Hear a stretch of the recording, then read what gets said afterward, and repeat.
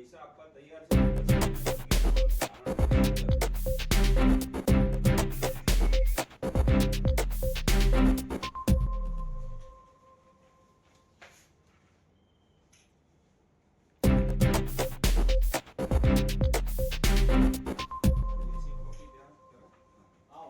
BZ કેસની અંદર ભૂપેન્દ્રસિંહ ઝાલા છેલ્લા 4-1 મહિનાથી જેલમાં બંધ છે.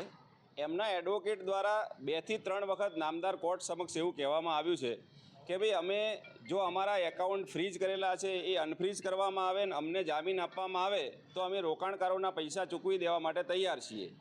એટલે અમારી સરકાર પાસે એટલી જ માગણી છે કે જે વ્યક્તિ પૈસા આપી દેવા માટે તૈયાર છે તો એ વ્યક્તિને જેલમાં પૂરી કેમ રાખ્યો છે.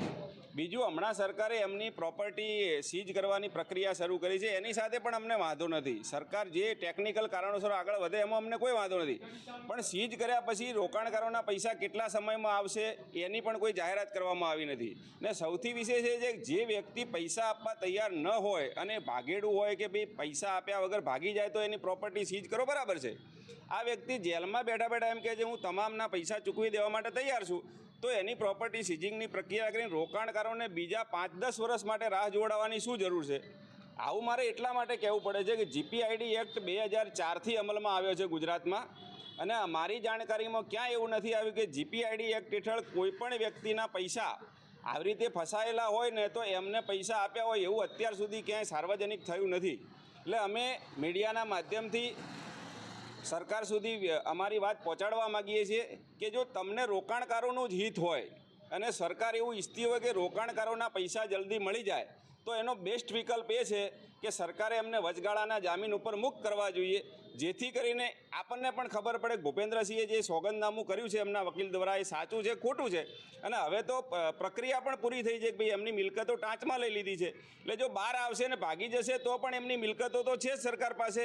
એટલે સરકારે એક ચાન્સ લેવો જોઈએ કે રોકાણકારોને પૈસા જલ્દી મળે એ માટે સરકાર યોગ્ય નિર્ણય લે, એવું જ આજની રજૂઆત હતી. હું એટલું જ કહેવા માગીશ કે હું પણ ઘણા ટાઈમથી રોકાણ કરેલું હતું અને મારા પૈસા રેગ્યુલર દર મહિનાની 5 તારીખે મળી જ જતા હતા, અને 5 તારીખની 4 થતી હતી પણ કદી 5ની 6 નથી થઈ આજ સુધી. તો અમને વિશ્વાસ છે કે અમારા પૈસા ત્યાં સેફ જ હતા અને સેફ જ છે, અને ભૂપેન્દ્રસિંહ ઝાલાને જો જામીન આપવામાં આવે અને એ બહાર આવશે તો અમારા પૈસા અમને પરત મળી જ જશે.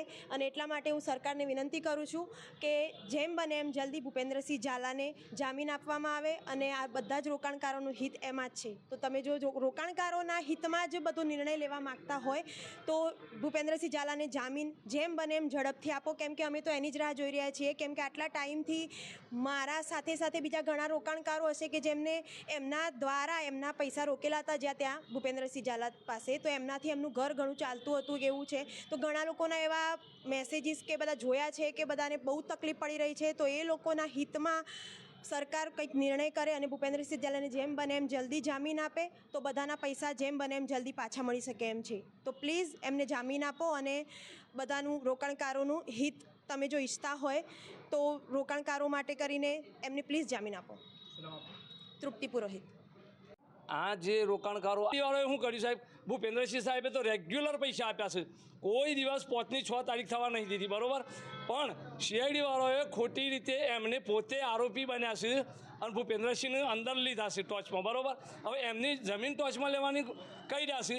આજે 2013ની અંદર PACL કંપનીના ઉપર FIR થઈ, એના પૈસા હજુ નહીં આવ્યા અને એની જમીન જપ્ત કરવાનું કંઈ પૈસા નહીં આપ્યા. તો આ ભૂપેન્દ્રસિંહની જમીન ટોચમાં લઈને પૈસા કઈ રીતે આપશે? આપવાના હોય તો PACLના પૈસા નહીં આપ્યા, સહારા નહીં આપ્યા, તો આ ભૂપેન્દ્રસિંહના બીજેડના પૈસા ક્યાંથી આપશે? તો અમારી તો એક જ વિનંતી અને એક જ આશા છે કે CIDવાળા અને સરકાર ભૂપેન્દ્રસિંહને જામીન મુક્ત કરે, એ પણ એમની અને કોર્ટની જે પણ પ્રોસેસ થતી હોય એ પ્રોસેસની અંદર ભૂપેન્દ્રસિંહને શરત રાખી ભૂપેન્દ્રસિંહને છોડ.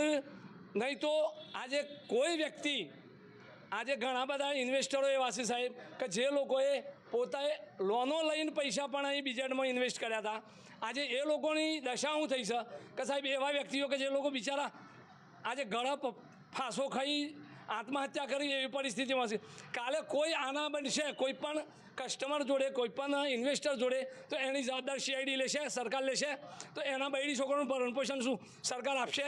તો મારી તો એક જ વિનંતી છે કે તમે જલ્દીથી જલ્દી ભૂપેન્દ્રસિંહ સાહેબને જામીન મુક્ત કરો, એમનો અકાઉન્ટ જે સીઝ કર્યો છે એ ઓપન કરો.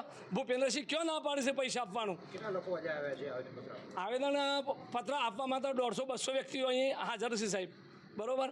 તો હું તો એક જ વિનંતી કરું છું કે ખરેખર સરકારને જો લોકોનું હિત જોતા હોય તો જામીન મુક્ત કરી ભૂપેન્દ્રસિંહને જલ્દીથી જલ્દી અને લોકોને ઇન્વેસ્ટ ભૂપેન્દ્રસિંહ પાછું આપવા તૈયાર છે. તો કેમ આટલો બધો વિલંબ? કારણ કે જો જે લોકોએ બળાત્કાર કર્યા છે, દારૂ વેચ્યો છે, બરાબર, ખૂન કર્યો છે, ડિકેટી કરી છે, કિડનેપ કર્યા છે, એ બધાને જો જામીન આપતા હોય તો ભૂપેન્દ્રસિંહ તો એમાં આવતા જ નહીં. તો ભૂપેન્દ્રસિંહને જામીન આપવી જોઈએ. શા માટે જામીન નહીં આપતા? શું નામ આપણું? લક્ષ્મણભાઈ નાયક, ક્યાં નામ? ગઢી.